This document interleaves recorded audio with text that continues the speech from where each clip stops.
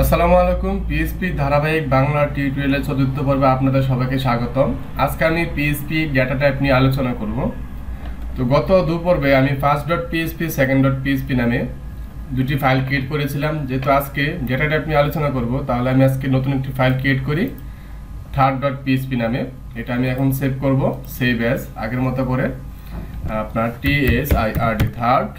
এখানে ইচ্ছা করে ডট পিএসপি দিতে পারেন, অথবা আগে যেটা বলছিলাম যে এখান থেকে হাইপারটেক্সট পি প্রসেসও উল্লেখ করে দিতে পারেন। ওকে, তাহলে এখানে আমি সেভ করে ফেললাম। এটা অটোমেটিক আমার পিএসপি ফোল্ডার যেখানে জ্যাম সার্ভার আছে সেখানে নিয়ে গিয়েছে, তাই আমার এখানে আর যেতে হলো না। তাহলে আমি এখানে সেভ দিয়ে দিলাম, তাহলে থার্ড ডট পিএসপি নাম হয়ে গেল। এখন data type PSP data type দুই ধরনের আছে। একটা হচ্ছে scalar data type, SCALAR scalar data type PYP। আরেকটা হচ্ছে আপনার কম্পাউন্ড ডাটা টাইপ। এখন স্কেলার ডাটা টাইপের মধ্যে আরো চার ধরনের ডাটা টাইপ আছে। তা হচ্ছে boolean, BWLEN boolean, integer, float and string. আর কম্পাউন্ড ডাটা টাইপের মধ্যে আছে হচ্ছে আপনার array, object and class. Array, object and class এগুলো হচ্ছে অনেক পরের বিষয়। তো আজকে আমি boolean, integer, float and string data type নিয়ে আলোচনা করব। তাহলে বুলিয়ান কি? বুলিয়ান হচ্ছে আপনার দুটি জিনিসকে নির্দেশ করে, ট্রু আর ফলস।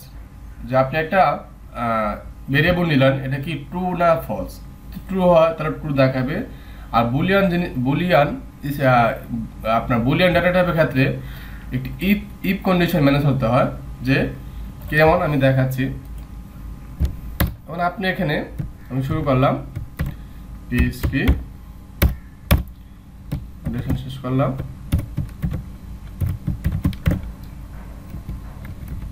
এখানে আমি নিলাম একটা ভেরিয়েবল, নিলাম x এর মান নিলাম আপনার ট্রু, ট্রু।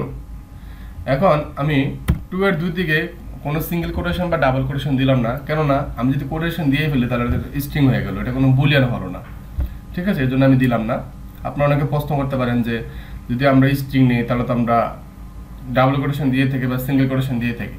এটা স্ট্রিং এর মধ্যে পড়ে না, বুলিয়ানের মধ্যে পড়ে, এই জন্য শুধু সেমিকোলন দিয়ে শেষ করলাম। আরেকটি ভেরিয়েবল নিলাম y, এখানে y এর মান নিলাম হচ্ছে 12। ওকে, এখন আমি ভেরিয়েবল ডিক্লেয়ার করব এখন একটা ফাংশন দিয়ে। এখানে ফাংশনের কথা আসছে না, কিন্তু এটা করার সময় একটা ফাংশনের দরকার লাগবে। যেমন BAR হচ্ছে ভেরিয়েবল, আর ডাম্প হচ্ছে এটা ইকুয়েশন। তো আমি ভেরিয়েবল ডাম্প দিলাম, তারপর এখানে আমি লিখলাম ইজ আন্ডারস্কোর বুলিয়ান BWL। ঠিক আছে, ইজ বুল। এখানে আমি SY মানে ডলার সাইন যে ভেরিয়েবলের y মানটা আমি এখানে লিখলাম, তারপর সেমিকোলন দিয়ে শেষ করলাম। আর এখানে আরেকটা নিলাম বাকডাম্প ইজ আন্ডারস্কোর BWL ভেরিয়েবল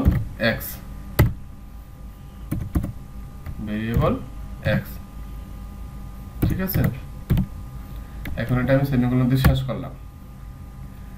এখন আপনাদের মনে প্রশ্ন হতে পারে যে আমরা এখানে ইকু নিলাম না কেন, বার ডাম্প কেন নিলাম? হ্যাঁ, এটা প্রশ্ন উত্তর হচ্ছে যে আমরা যদি ইকু ব্যবহার করি এখানে শুধু আউটপুটটা আসবে, কিন্তু এখানে বার ডাম্প ইউজ করা অন্য কারণ হচ্ছে আমরা বার ডাম্প ইউজ করলে মানে ভেরিয়েবল ডাম্প ইউজ করলে একটা ডেটার তথ্য আপনার স্ট্রাকচার, ভ্যালু সবকিছু পেয়ে যাব। একটু পরে যখন আমি উদাহরণ দেবো তখনই বুঝতে পারবেন। এটা আমি এখানে কি করব, এটা কেটে দিই, এটা এখন আমি রান করব। কন্ট্রোল ব্যাস দিয়ে সেভ দিলাম, ব্রাউজারে গেলাম, লোকালহোস্ট পিএসপি থার্ড ডট পিএসপিতে গেলাম। দেখেন এখানে Boolean false, Boolean true.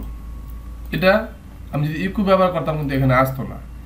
Boolean এখানে বুলিয়ান প্রথমে ফলস আসছে, পরে ট্রু আসছে। এটা অর্থ কি? ফলস ট্রু কেন আসলো? এখানে অর্থ হচ্ছে দেখেন, এখানে প্রথমে কিন্তু আপনি ওয়াই ভেরিয়েবলের মান, প্রথমে ওয়াই ভেরিয়েবল নিয়েছেন, পরে কিন্তু এক্স ভেরিয়েবল নিয়েছি। ওয়াই এর মান হচ্ছে এখানে 12 আর এক্স এর মান হচ্ছে এখানে 2। তাহলে ওয়াই এর মান যদি এখানে 12 হয়, তো 12 তো বুলিয়ানের মধ্যে পড়ে না, এই জন্য প্রথমে কি আসছে, ফলস আসছে। আর এক্স এর মান হচ্ছে 2, এটা তো বুলিয়ানের মধ্যে পড়ে, একটু আগে বলছিলাম বুলিয়ান মানে ট্রু ফলস, এটা দেখবে, তাহলে এই জন্য কি আসছে, এখানে 2 আসছে। এটা হচ্ছে বুলিয়ান। এখন আমি যদি ইন্টিজার ইউজ করি, ইন্টিজারের ক্ষেত্রে কি আসবে, আমরা জানি ইন্টিজার হচ্ছে পূর্ণ সংখ্যা। এখন আমি এখানে একটি সবগুলো কেটে দিলাম, কিছুই করা লাগবে না। আমি এখানে একটা ভেরিয়েবলের মান নিলাম, মনে করেন যে 1 2 3 4 5, ওকে, সেগুলো দিয়ে শেষ করলাম। এখানে B A R bar term এখানে ব্র্যাকেটের মধ্যে দিয়ে দিলাম, x variable x, sorry variable x, ছোট হাতের হতে হবে কেননা পিএইচপি খুব কেস সেন্সিটিভ। এখানে আমি সেমিকোলন দিয়ে শেষ করে দিলাম। এখন আমি এটা সেভ দিই, সেভ দিয়ে দেখি আসলে কি হয়। এই যে আমি কিন্তু এখানে ইন্টিজার কথাটা লিখিই নেই, যেটা এখানে আমি কিন্তু একটা ভেরিয়েবল নিয়েছি, জাস্ট মানটা আমি দিয়ে দিয়েছি 1 2 3 4 5 6, তারপর আমি ভেরিয়েবল নাম দিয়ে আমি এটা ডিক্লেয়ার করে দিয়েছি। দেখেন কিন্তু আমাদের আউটপুটে কিন্তু ইন্টিজার কথাটা এসে গেছে। ইন্টিজার কথাটা আমি লিখেছি না, তাহলে ইন্টিজার কথার অর্থ হচ্ছে হ্যাঁ এটা একটা পূর্ণ সংখ্যা। আরেকটা জিনিস দেখেন, এখানে 1 2 3 4 5 6 এর পরে একটা দশমিক দিয়ে আপনি 1 2 দিলাম, ঠিক আছে। এখন এটা আমি সেভ করলাম, সেভ করে এখন আমি রান করলাম। এখন দেখবেন ইন্টিজার জায়গায় কি আসছে, ফ্লোট, মানে এটা হচ্ছে একটা ফ্লোট নাম্বার, দশমিক সংখ্যা। এই জন্য দেখতে পাচ্ছেন যে বার নাম ইউজ করার সুবিধা, এই জন্য আমরা ইকুই এখানে ইউজ করবো না। আর যেহেতু এটা একটা ফাংশন, ফাংশনের কথা পরে আসবে, ফাংশন পরে বিস্তারিত আলোচনা করা হবে। এখানে আমি আরেকটা জিনিস আলোচনা করি, তা হচ্ছে কি আরেকটা ভাগ হচ্ছে স্ট্রিং। আমি কি বলছিলাম, বুলিয়ান, তারপর বলছিলাম আপনার ফ্লোট, ইন্টিজার আর হচ্ছে স্ট্রিং, তিনটা জিনিস দেখানো হলো। এখন আমি স্ট্রিং দেখাবো। তাহলে এখানে আমি এটা ইয়ে করে দিই, এখানে ভেরিয়েবলের মান নেই, যেহেতু স্ট্রিং নেব অবশ্যই ডাবল বা সিঙ্গেল কোটেশন ইউজ করতে হবে। এখানে বাংলাদেশ নিলাম, BANGLADES, বাংলাদেশ নিলাম, কন্ট্রোল বাড়িতে সেভ দিলাম, আমি রিলোড দিলাম।